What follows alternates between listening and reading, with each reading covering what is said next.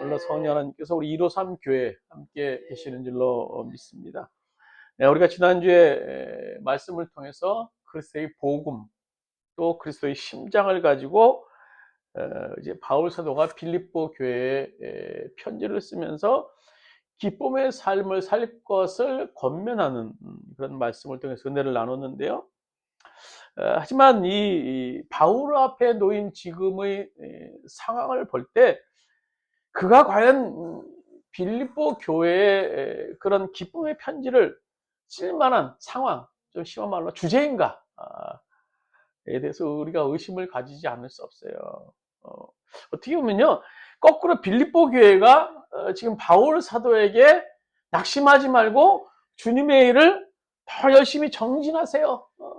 또 이렇게 편지를 써야 될 상황처럼 보이는데요. 오늘 바울은 그렇지 않았어요. 오늘 바울의 상황을 보면요, 바울은 지금 이 감옥이라는 상황이에요. 감옥. 모든 것이 제한된, 자유가 억압된 이 감옥이라는 상황.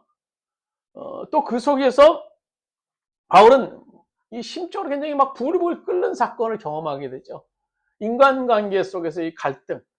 그러니까 자기가 감옥에 들어가자마자 막 뒤에서 말했던 사람들이 그 바울에 대한 거짓 얘기를 선동을 일으키면서 바울을 투기하고 비방하는 그런 말들이 있었다라는 사실을 바울이 듣게 됐던 거예요. 얼마나 인간관계 속에서 바울이 배신을 느꼈겠습니까? 또 마지막으로 세 번째는요, 바울은 감옥이라는 상황, 또 인간관계의 배신, 또 하나는 죽음의 공포예요. 언제 닥칠지 모르는 죽음의 공포. 그런 상황 속에서 바울이 지금 놓여 있다라는 겁니다. 그럼에도 불구하고 사도 바울은 결론적으로 이런 기쁨을 뛰어넘어서 자신도 기쁘다.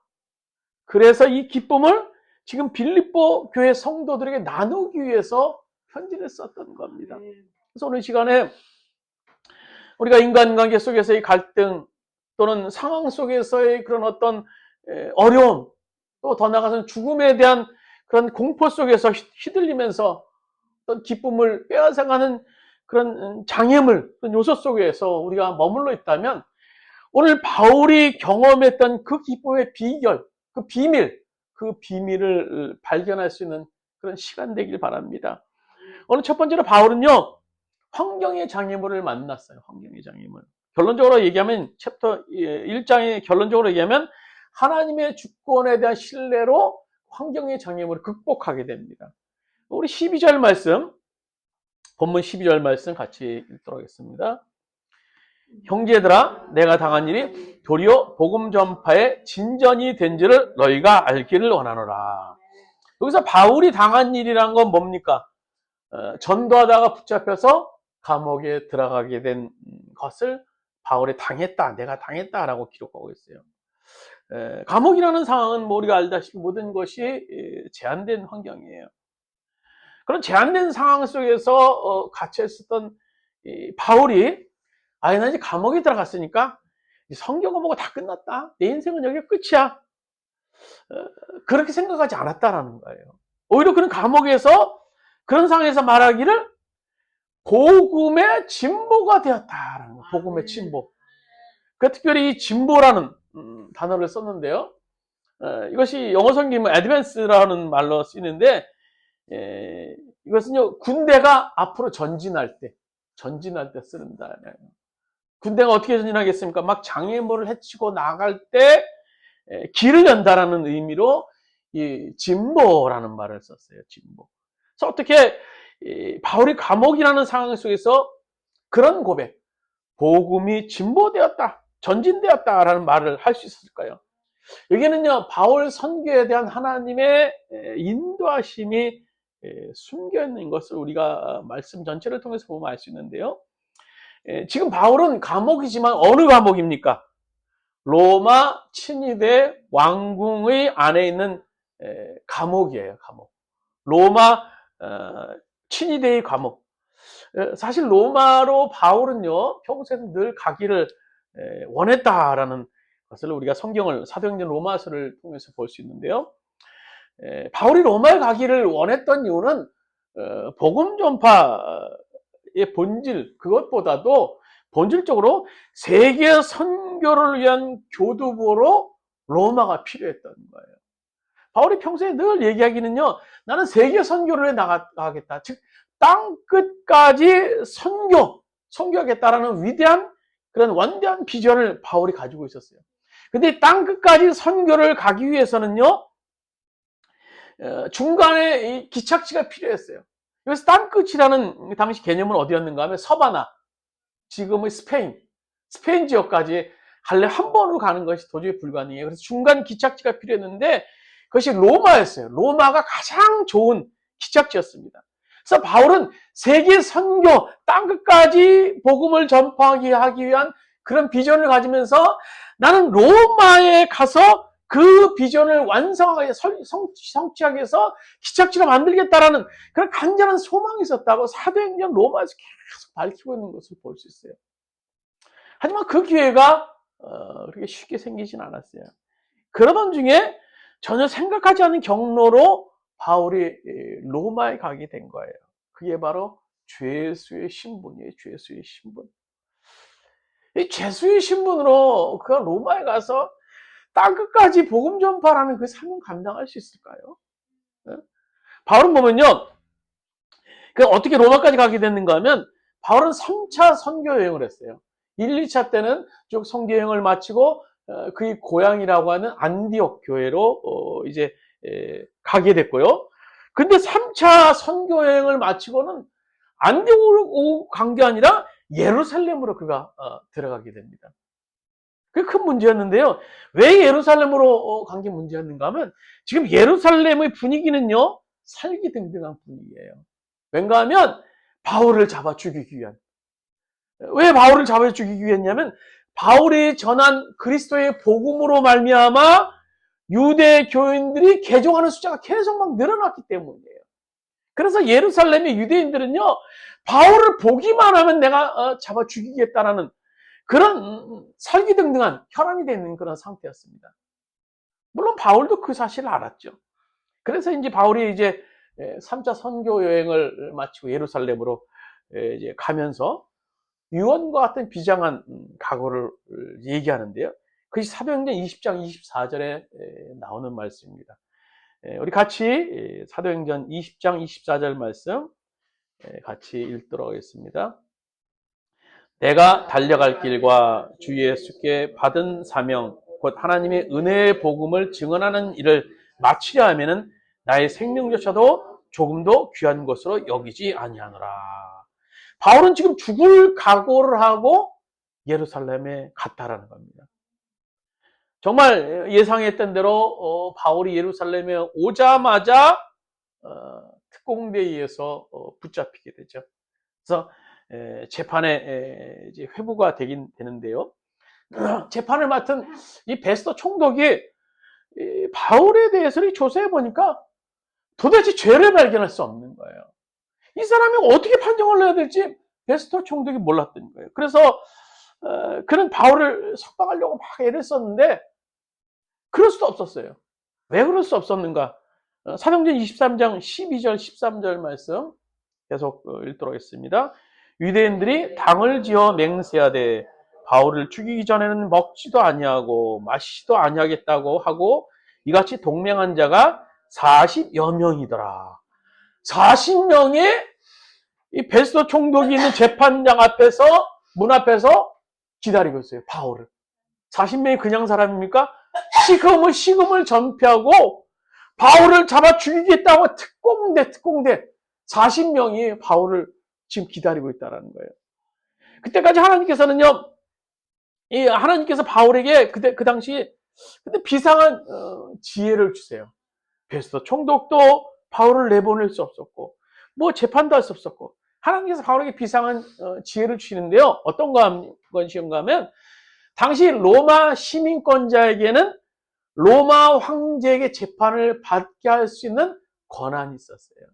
근데 바울이 로마 시민권자였죠. 그래서 바울이 베스도 총독에게 얘기한 거예요. 총독이요, 나는 로마에 가서 황제에게 심판을 받겠습니다. 라고 얘기를 하는 거예요. 그러니까 베스도 총독 입장에서도 잘 된 거죠. 죄를 발견하지 못해서 그런 터였는데 로마 감옥으로 보내게 됐으니 참 잘 된 거예요. 그래서 이제 바울은 그렇게 꿈에 그리던 로마로 가게 된 거예요.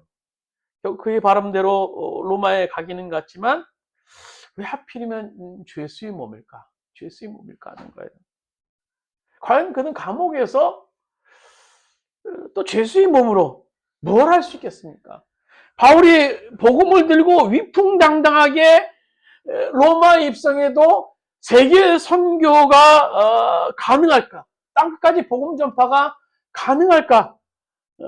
어떨지 모르는 그런 상황인데 죄수의 신분으로 바울이 로마 감옥에 들어가게 된 거예요. 로마로 도착하게 된 거예요. 이제 바울이 세계 선교는 끝인 것처럼 보였어요. 그렇게 세상은 바울과 복음을 감옥에 가두는 듯 했습니다. 그렇게 사도행전도 끝났어요. 그렇습니다. 지금 이 세상은 이제 교회에 대해서 끝났다라는 그런 프로, 교회가 뭐 필요하냐라는 프로 얘기를 해요.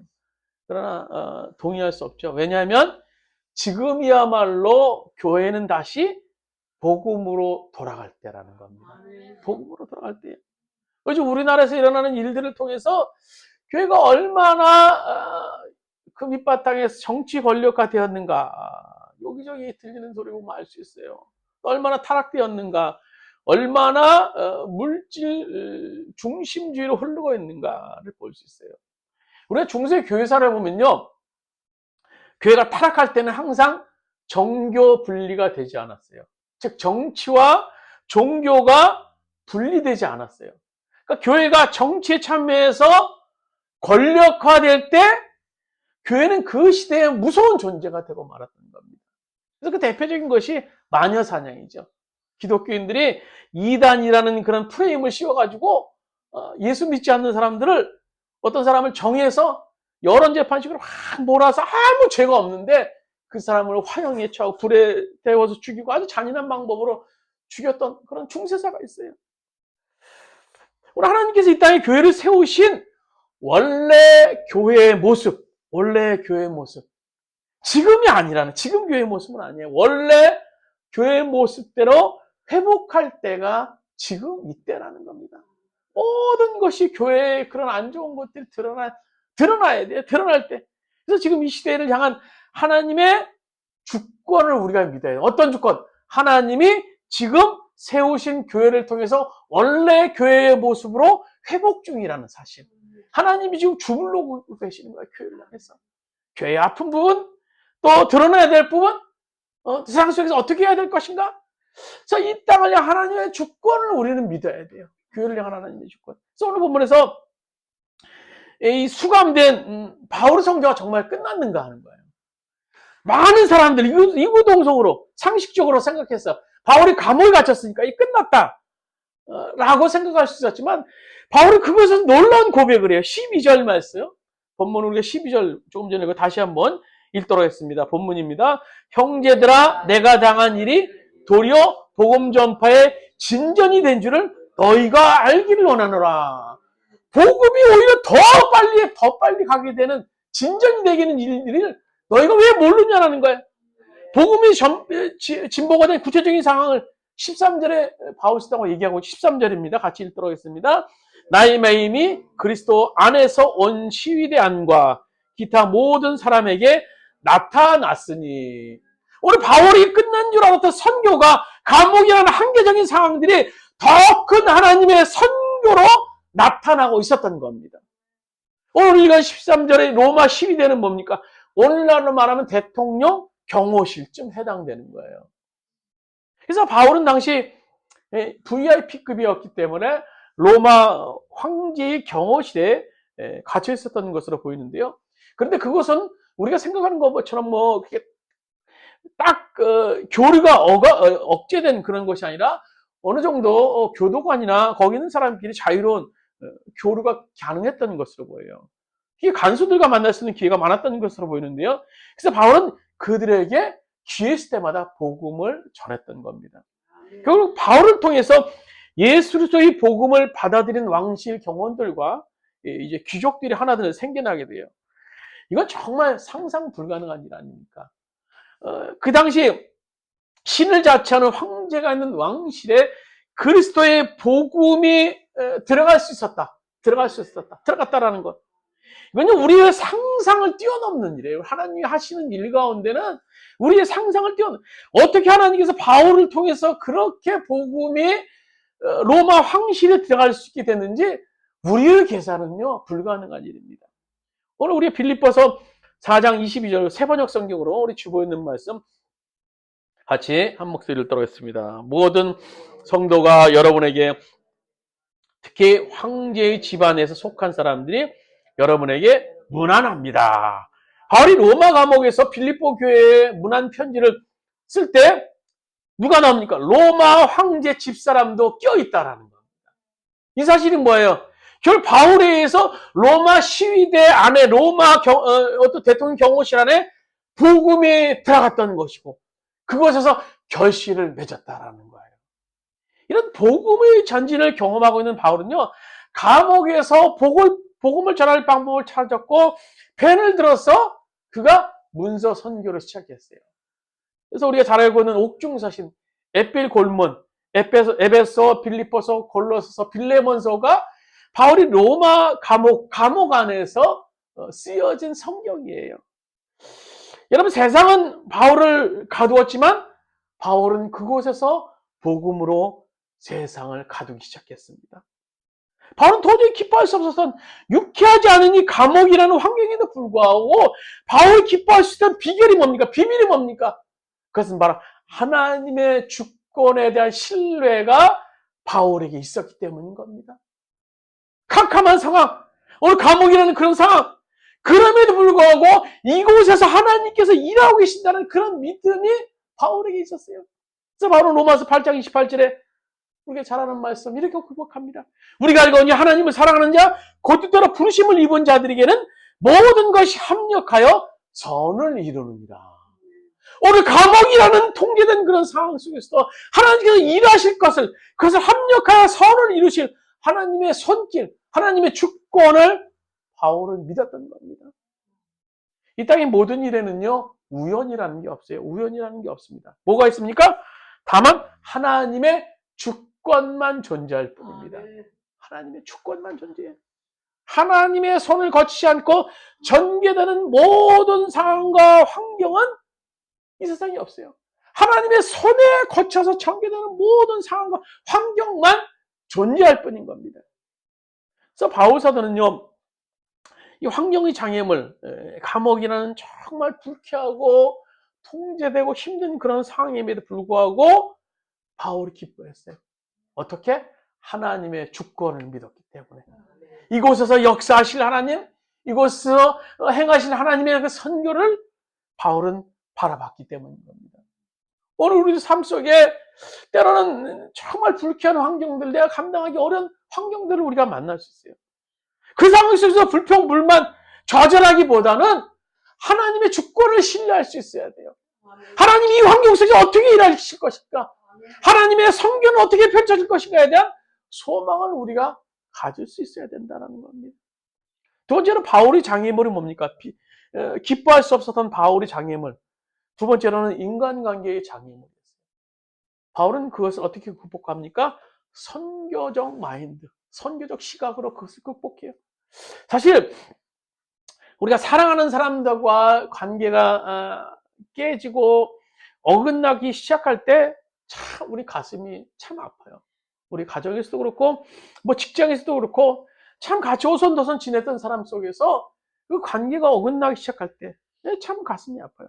바울도 이런 인간관계에 지금 시련을 겪고 있게 됩니다. 우리 16절, 17절 말씀, 우리 주보에 있는 본문 우리 같이 한 목소리로 한번 읽도록 하겠습니다. 6절 17절입니다.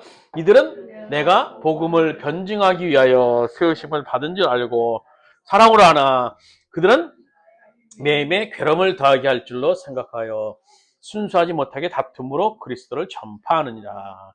여기서 16절에 이들은 누굽니까? 이들은 바로 바울 편에서 바울을 변호하고 바울이 전하는 복음을 변명했던 빌립보 교회 사람들. 반면에 17절에 그들은 누굽니까? 바울이 감옥에 들어가자마자 잘 됐다고 박수를 치면서 바울을 욕하고 다녔던 사람들. 그래서 그들은 바울을 비방하기 시작했어요. 야, 저렇게 잘난 척하고 돌아다니더니 결국 감옥에 갔어. 감옥에 갔어. 잘 됐어, 잘 됐어. 이제 우리 마음대로 할 수 있으니까 잘 됐어. 그러나 바울이 그들에 대해서 그렇게 끝까지 원망하거나 뭐 책망하지 않은 것을 볼 때 바울과 전혀 교리가 다른 그리스도의 복음이 아닌 어떤 골수 유대주의자나 그런 사람들이 아니었다라는 것을 우리가 볼 수 있어요.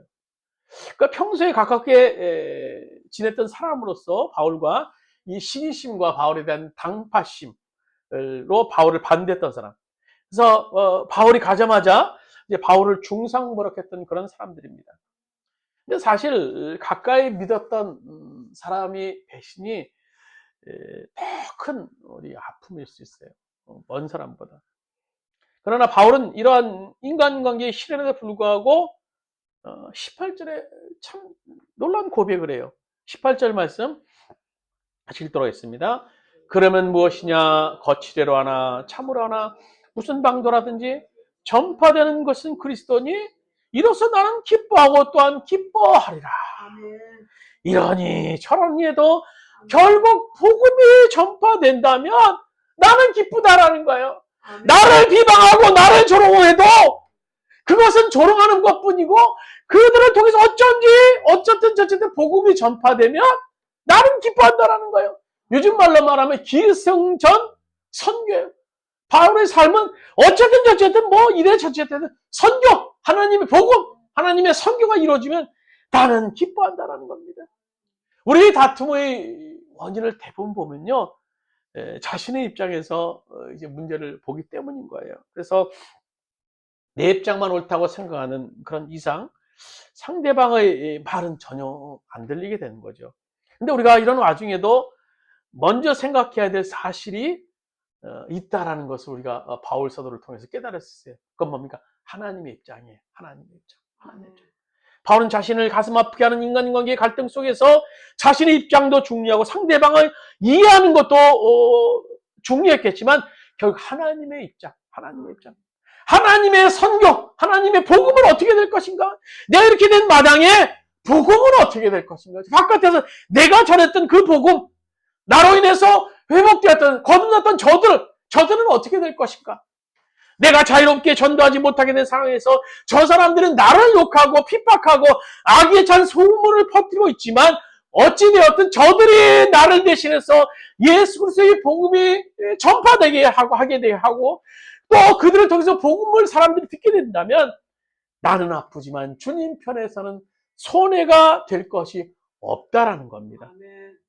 그래서 바울이 이런 생각을 갖게 되었기에 18절에서 얘기하는 거예요. 전파되는 것은 그리스도니 나는 기뻐하고 또한 기뻐하리라.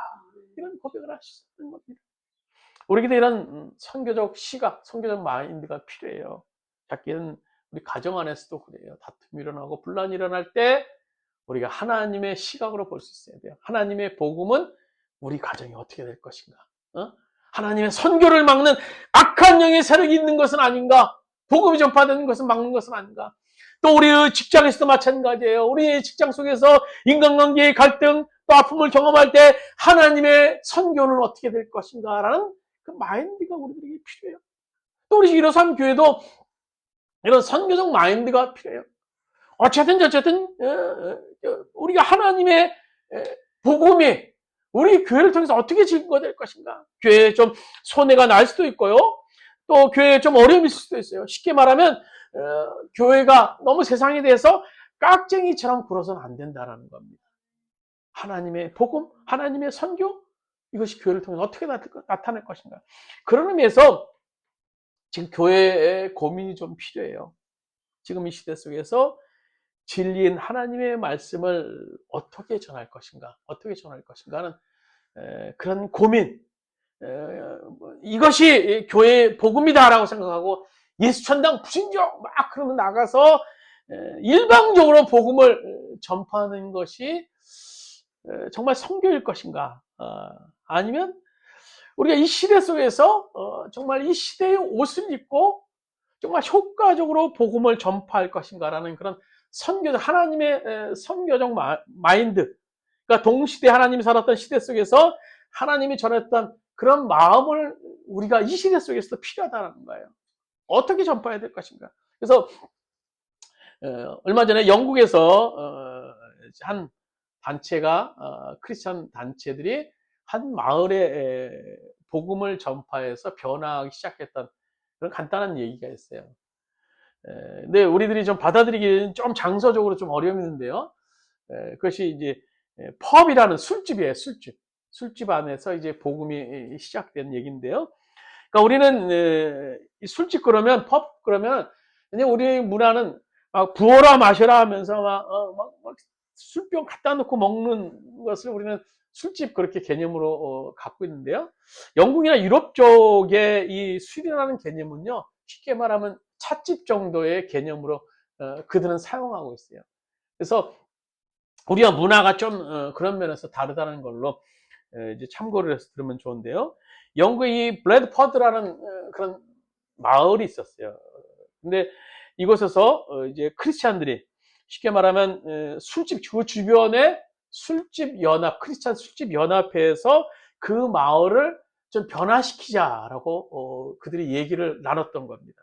그래서 그 마을에 더콕 앤 보틀이라는 그런 술집을 하나 세우게 되는데요.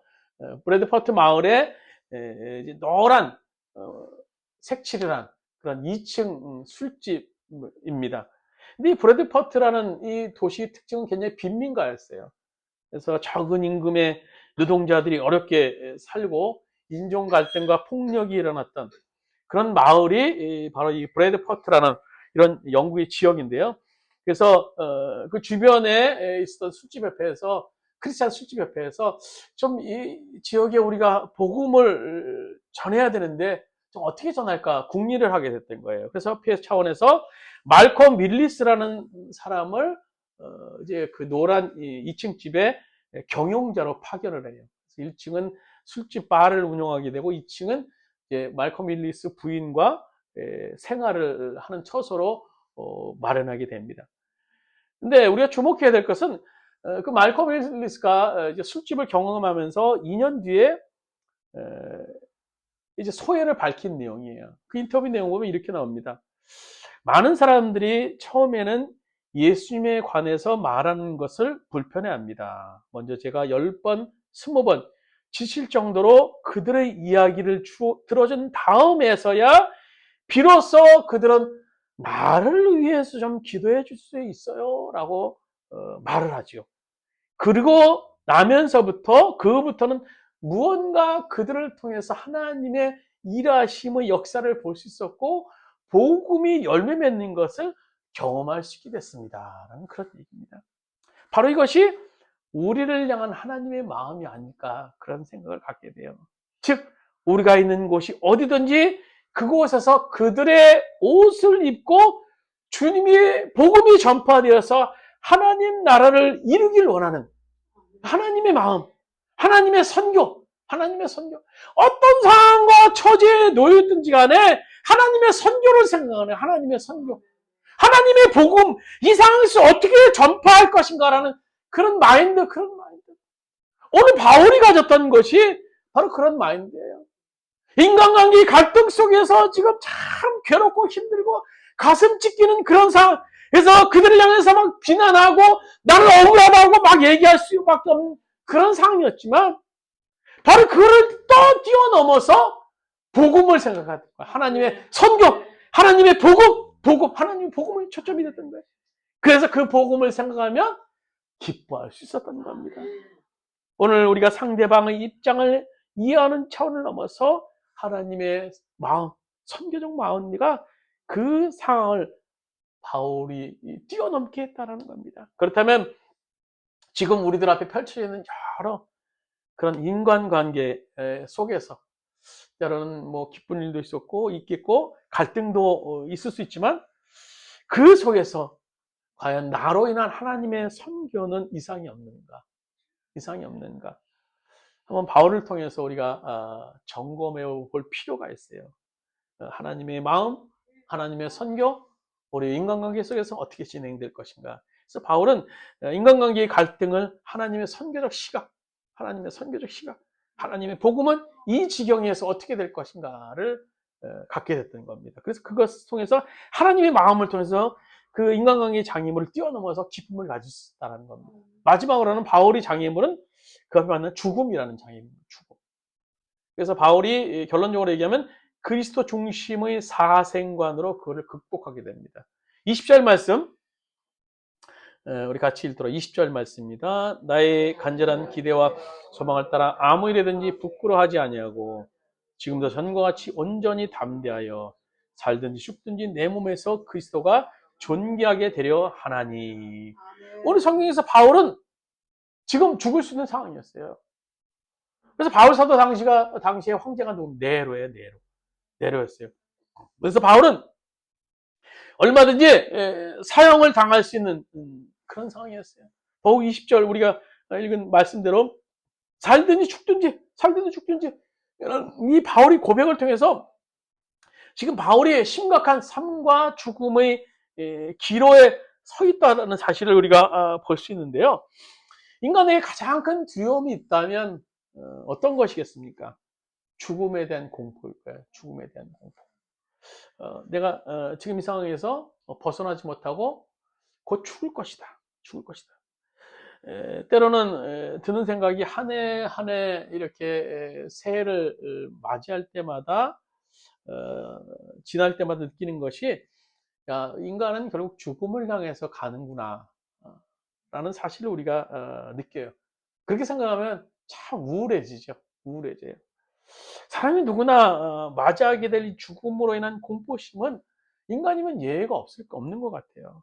그러나 바울이 이 죽음을 맞이하는 그 순간에 바울은 놀라운 그런 생각을 갖게 됩니다. 놀라운 관심사가 바울에 있게 됩니다. 23절 그 죽음 앞에 선 고백인 23절입니다. 내가 그들 사이에 끼었으니 차라리 세상을 떠나서 그리스도 함께 있는 것이 훨씬 더 좋은 일이라 그렇게 하고 싶으나. 바울은요 이미 하늘나라에 올라가 봤던 사람이죠. 3층천을 경험했던 하늘나라를 올라갔던 사람이에요. 그러니까 바울에게 죽음은요 이 세상을 떠나서 주님과 함께 되는 거예요. 그러니까 더 좋은 겁니다. 더 좋은 거예요. 그게 죽음은요 공포의 대상이 아니에요. 죽음은 두려움의 대상이 아니에요. 그를 우울하게 만드는 대상이 아니었던 겁니다. 그게 죽음은 영원히 육체를 잠시 떠나서 주님과 함께 거하는 것이었기 때문인 겁니다.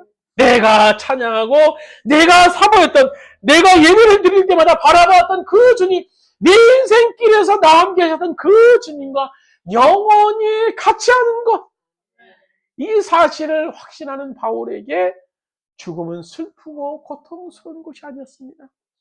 천상변 시인이 쓴 귀천이라는 그런 시의 부분 이런 얘기가 있어요. 이런 부분이 있습니다. 나 하늘로 돌아가리라. 아름다운 이 세상 소풍을 끝내는 날 가서 아름다웠더라고 말하리라. 여러분 훗날 우리가 주님 앞에 서게 될 것인데 우리가 주님께 주님 저 이 세상에서 소풍 끝나고 왔습니다. 그런데 참 아름다운 시간들이었습니다. 이렇게 말씀할 수 있다면 얼마나 좋을까요?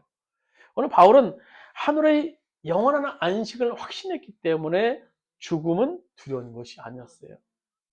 그러면 바울은 살게 된다면 어떻게 한다고 얘기합니까? 22절에 보면 이렇게 말하죠. 그러나 만일 육신으로 사는 것이 내 일의 열매일진데 무엇을 택해야 할지 나는 알지 못하노라. 그러니까 주께서 살려주시면 주님이 기대하시는 사역의 열매를 맺고 하나님의 선교를 위해서 죽도록 충성하면 된다는 거예요. 그래서 죽는다는 게 뭐 산다라는 것과 바울은 별 차이가 없었어요.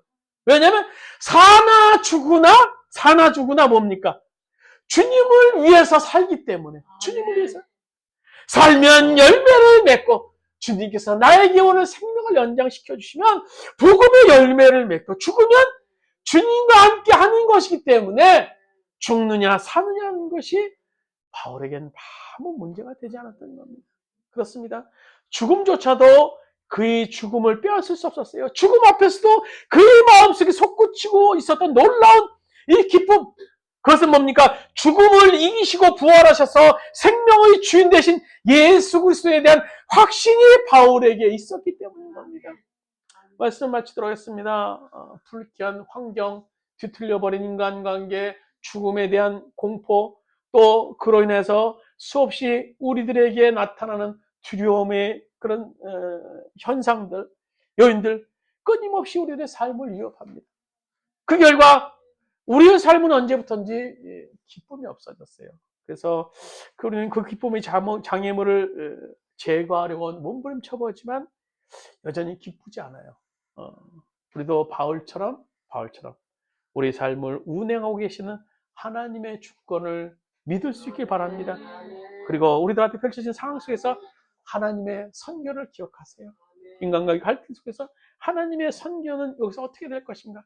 또 사나 죽으나 하나님을 영광을 위해서 살 수 있는, 그리고 또 그런 간절한 소망을 가질 수 있는 오늘 이로써 함께 모든 성도님 되시기를 주님의 이름으로 축원드립니다. 우리 기도드리시겠습니다. 주님, 오늘 우리들 앞에 펼쳐있는 여러 상황들, 우리가 육안으로 보면 기쁘지 않아요. 환영할 수 없는 상황들입니다. 그러나 오늘 바울이 그랬다는 것처럼 이 상황 속에서 여전히 일하고 계시는 하나님의 주권적인 그 섭리하심을 볼 수 있는 그 눈들이, 영안들이 우리들이 가질 수 있도록 주께서 인도하시고 역사하여 주시옵소서. 여전히 이 땅을 고치고 계시고 또 믿는 자들을 통해서 하나님의 그 선교를 감당하기를 원하시는 그 하나님의 마음들을, 하나님의 시각들을 가질 수 있는 우리 모든 성도들 될 수 있도록 주께서 인도하여 주시옵소서. 그래서 우리가 정말 어려운 상황이지만 이 상황 속에서 기쁨의 메시지, 기쁨의 마음을 가질 수 있는 우리 모든 성도들 될 수 있도록 주께서 인도하여 주시옵소서. 이제는 우리 주 예수 그리스도의 은혜와 하나님 아버지의 무한한 사랑하심과 보혜사 성령님의 감동 내시 교통하시는 은총이 오늘 기쁘지 않은 상황, 또 불쾌한 인간관계, 죽음의 공포로 인해서 좌절하며 낙심하며 절망 속에 빠질 수밖에 없는 사도 바울이었지만 그 속에서 하나님을 믿으며 하나님의 주권과 하나님의 함께 하심을 바라보며 소망 가운데 기쁨에 살 것을 빌보기 위해 성도들이 권면했던 그런 사도 바울의 마음을 분발해서 오늘도 우리들이 기쁨을 회복하기로 하는 우리 이로써 함께 모든 성도들 머리 위에 그의 가정의 사업장과 직장이 있다는 모든 교회 위에 이제부터 오늘까지 함께 하시기를 간절히 축원하옵나이다. 아멘.